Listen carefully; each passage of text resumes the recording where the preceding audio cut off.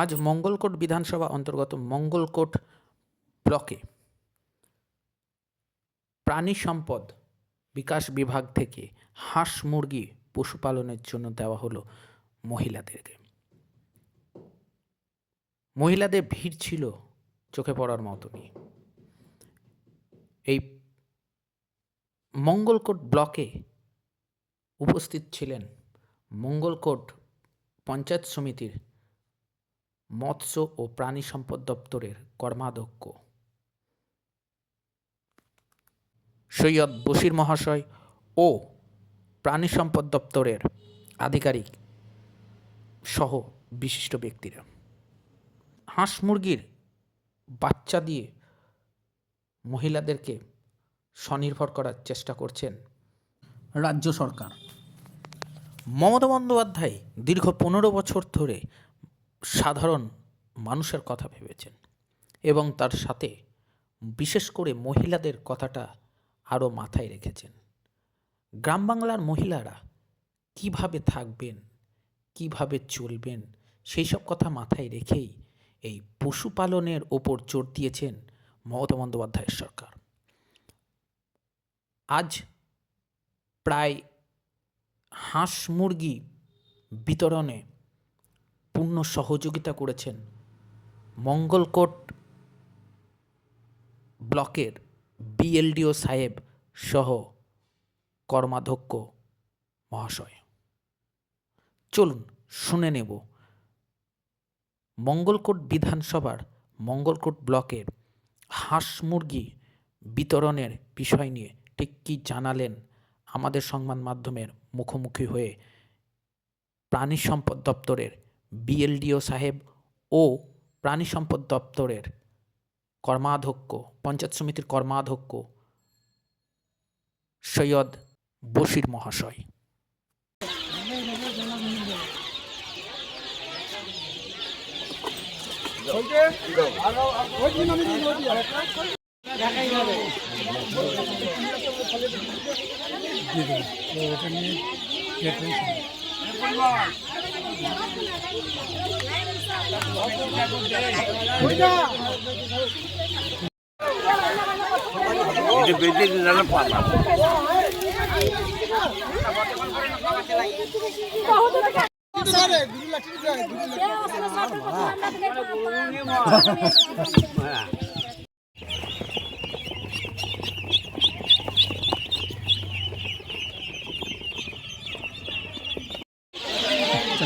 হ্যাঁ দাদা, আজকে যে হাঁস মুরগি আপনারা দিচ্ছেন, কতজনকে আপনারা হাঁস মুরগি দিচ্ছেন এবং এই হাঁস মুরগির পরিমাণটা কত? পশ্চিমবঙ্গ সরকারের প্রাণী সম্পদ বিকাশ বিভাগের মঙ্গলকোট ব্লক থেকে আজকে 300 জন উপভোক্তাকে মুরগির বাচ্চা এবং 33 জন উপভোক্তাকে হাঁসের বাচ্চা প্রদান করা হচ্ছে, যাতে করে তারা স্বনির্ভর হয় এবং হাঁস মুরগি পালনে উৎসাহী হয়।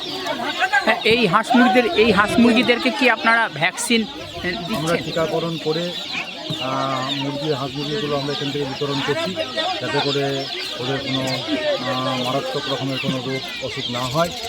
পাশাপাশি আমরা ওদেরকে প্রশিক্ষণ দেওয়ার ব্যবস্থাও করেছি, যাতে ওরা ভালোভাবে বিজ্ঞানসম্মত উপায় পালন করতে পারে এবং এর থেকে আর্থিক সহায়তা পেতে পারে। হ্যাঁ, মানে কতগুলো হাঁস এখানে দেওয়া হচ্ছে আমরা এবং মুরগি দেওয়া হচ্ছে?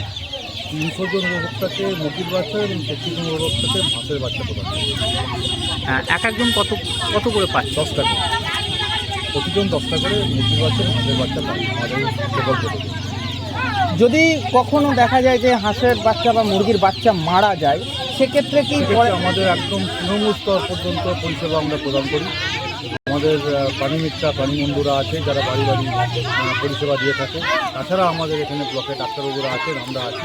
সর্বতোভাবে আমরা চেষ্টা করি যাতে করে প্রতিটা হাঁস মুরগি দিয়ে থাকে এবং উৎপাদনে সফল। আপনার নাম? আমি ডাক্তার সুব্রত সরকার, বিএলডিও মঙ্গলকোট। কর্মাধ্যক্ষ সাহেব, মমতা বন্দ্যোপাধ্যায়ের যে উন্নয়ন এবং তার সাথে সাথে সাধারণ মানুষের কথা ভেবে হাঁস মুরগি প্রদান, এইটা কতটা বড় সাফল্যতা পেয়েছেন মমতা বন্দ্যোপাধ্যায়ের সরকার 15 বছরে? 15 বছরে যেভাবে মুরগি, হাঁস, ছাগল, গরু, ভেড়া এবং শুয়োর ছানা যেভাবে আমাদের এই প্রাণী সম্পদ দপ্তর থেকে দেওয়া হয়, আমি 2023 সালে এই দপ্তরে কর্মদক্ষ হয়ে এসেছি। আমি আসার পর যে আমাদের কুটা ছিল সেই কুটা আমরা কিন্তু পূরণ করেছি।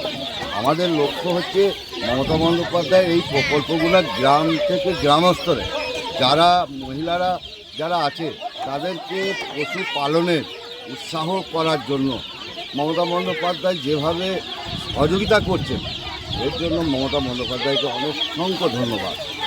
এবং মহিলারাও আগ্রহী। আপনারা দেখছেন আজকে 300 জন বেনিফিশিয়ারি মহিলা মানে গরিব দুরস্থ মহিলাদের আজকে দেওয়া হচ্ছে। এবং হাঁসেরও কিছু আমাদের কুটা বাকি ছিল 30টা মতো, সেই বেনিফিশিয়ারিকেও দেওয়া হচ্ছে। তো মানুষ পেয়ে কিন্তু খুশি, মহিলারাও খুশি, এরা নিয়ে যাচ্ছে। এবার এই পশুপালন বা মুরগি পালনের মাধ্যমে তাদের অনেক কিছু আয় চাই বাড়বে। হ্যাঁ, এবং এই মুরগি শুধু এই নয়, আড়াই মুরগি এরা 300টা করে ডিম দেয়। এবার এদেরকে ভ্যাকসিন করা হয়, আজকে ভ্যাকসিন করে দেওয়া হচ্ছে। এবার প্রাণীবন্ধু বিএলও সাহেব যেভাবে বললেন, প্রাণীবন্ধু প্রাণীমিত্রারা আছে, তারা গ্রাউন্ড লেভেলের নিচে নেমে কাজ করে। এই প্রাণীবন্ধু বা প্রাণীমিত্রা যারা রয়েছেন, বিশেষ করে আমাদের গৃহপালিত পশু পাখি এদেরকে নিয়ে যদি কখনো কোনো মুরগির ছানা বা হাঁসের ছানা মারা যায় বা ছাগলের বাচ্চাও মারা যায়, সেক্ষেত্রে কি পুনরায় তাদেরকে কি সাহায্য করা হয়? দেখুন, মরে যাওয়াটা ব্যাপারটা সেইভাবে আমাদের দপ্তর এখন সেভাবে করেন, তবে মরে খুব কম, খুবই কমই মরে। কারণ হচ্ছে যে ভ্যাকসিন তো ঠিক টাইমে করা হয়। এই যে আজকে ভ্যাকসিন করা যাচ্ছে, এরপরে প্রাণীমিত্রারা লিস্ট ধরে তাদের বাড়িতে বাড়িতে যাবে 2 মাস পর, দিয়ে তাদেরকে ভ্যাকসিন করবে। এবার এইগুলা আমরা চেষ্টা করি যাতে না মরে।